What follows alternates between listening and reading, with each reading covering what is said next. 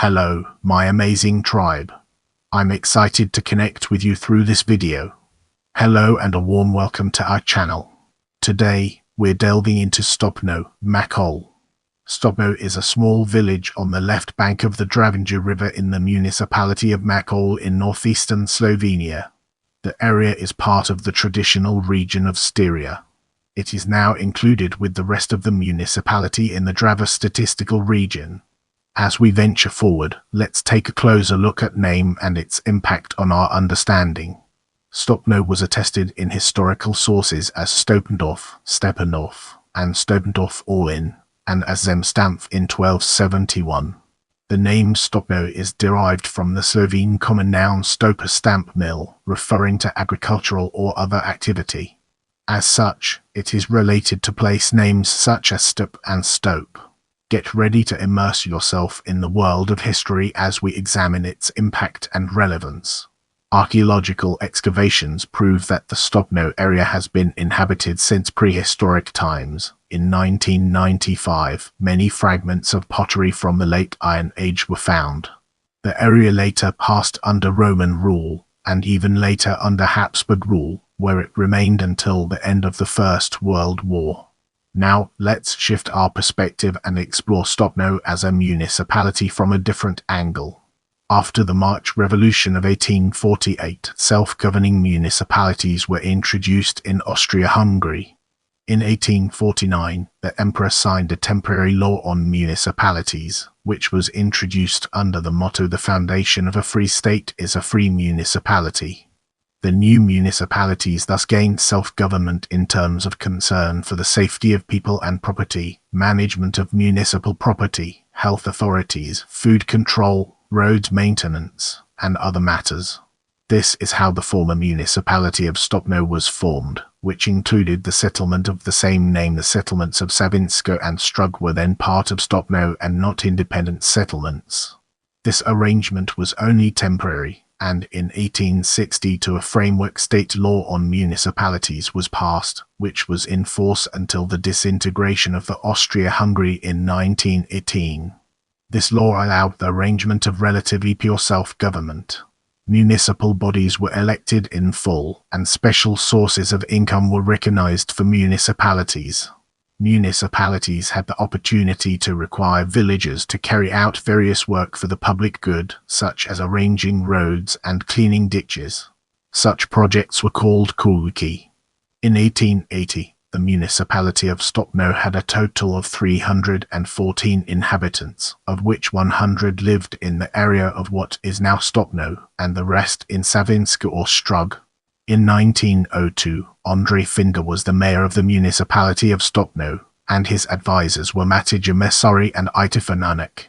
After the First World War, in 1918, most Slovene ethnic territory was included in the Kingdom of Serbs, Croats and Slovenes, later the Kingdom of Yugoslavia, but Stopno still retained the status of a municipalitum, and in 1931 it had a population of 317. The former municipality of Stopno, like other municipalities that form the municipality of Makole today, contributed to the maintenance of churches and schools in Makole. In 1933, a system of municipal elections was established, and the criterion was set that a municipality must have at least 3,000 inhabitants. Gradually, Stopno merged with the municipalities of Dino, Jelovic Makole, Peak, Sveta Anna and Tatenburg, and formed the municipality of Makole. Without wasting any more time, let's jump into the fascinating world of Stopno during interwar period. In 1937, Stopno together with Strug and Savinsko had a population of 332. In Krajevny lexicon Dravsk Banovin Gazeta of the Drava Banovina, Stopno is described as a village between Makole and Midturk, where the valley floor is exposed to floods, and the road leads along an embankment and protected. The people there at that time were mainly engaged in agriculture and viticulture. Livestock, eggs, poultry, firewood and wood for tannin were sold in Makole. With the foundation laid, let's embark on a journey into during and after World War II. On April 6, Yugoslavia was invaded and its territory was split among several countries. Stopno, like all of Styria, was annexed by Germany and remained under it until the end of the war. In 1945, a local People's Committee KLO was formed in Stopno, and in 1952 it was united with the Municipal People's Committee of Makole. Stopno was part of the two district in the communist Yugoslavia, and, after the abolition of that district in 1965, it was part of the Maribor district until independence in 1991. Now, let's shift our perspective and explore Stopno today through a fresh lens, unlocking new perspectives. In 2006, the Municipality of Makole, which Stopno is still part of, was formed from the larger municipality of Slovenska Bistrica. The Stopno Sports Association has been present in Stopno since 2005, and it maintains the asphalted village playground and the association's headquarters. Together with the village community of Stopno, it also holds various events such as the annual cleaning campaign, setting up the maypole, and various sports activities. The residents are mostly engaged in agriculture or work in neighboring places. In this part of the video, we'll be delving deeper into nature and analyzing its key components. In the Stopno area, especially along the Dravinja River, there are floodplain meadows.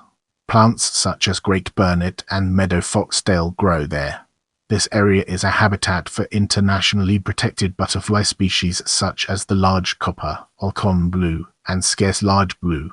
Various protected species of birds also live there, such as the white stork, brown shrike, and common kingfisher. In Stopno there are also oxbow lakes and the remains of the old bed of the Dravinja River, where there are many amphibians, birds, mammals, dragonflies, beetles, and butterflies. Due to its biodiversity, this area is a Natura 2000 site. Brace yourself for a captivating discussion on Village Chapel Shrine as we explore its nuances and implications. A closed chapel shrine is located at the intersection of the roads to Midperk, Stopno, and Makole. It was built in the second half of the 19th century, but the exact year and occasion are unknown. There is a roof rider with a rectangular floor plan, which stands out in a rounded part in the altar part. The chapel has a segmental portal, which is protected by a metal mesh door. The side walls have no articulations, and the back is illuminated by an oval opening. The chapel is yellow, the entrance is highlighted with a white border, and above the door there is the inscription of a Moria. The roof is sheet metal and pyramidal. At the top is a sphere with a cross, which has a lancet tip and 3 bars. Inside the chapel, a statue of Our Lady of Lourdes stands on the altar, and the floor is tile. The chapel shrine is entered in the Register of Immovable Cultural Heritage. Moving on to the next segment, we have Unkovi Hayrack. Along the village road there is a roofed double hayrack with 3 paired segments, which has the status of a monument of local importance. The hayrack is wooden, is 2 stories tall, and is covered by a steep gabled roof covered with a salon. The roof was once shaped with partial rafters and covered with straw or brick. The brackets are decoratively designed and supported by beams from the pillars. The upper parts of both gabled sides are closed with wooden nets. On one side of the gable, the consoles of the former balcony have been preserved, as well as the wooden construction of the interior with wooden single-framed stairs. The hayrack is a typical but rarely preserved farm building in the area, and it dates from the second half of the 19th century. Get ready for a captivating exploration as we unravel the layers of Michael Cross and their profound significance. Along the village road in Stopno there is a wooden cross from 1921. The cross was erected in memory of a landowner who died while harvesting wood. The figure of Jesus Christ is depicted on the cross, and below it, on a simple wooden console, is a figure of Mary.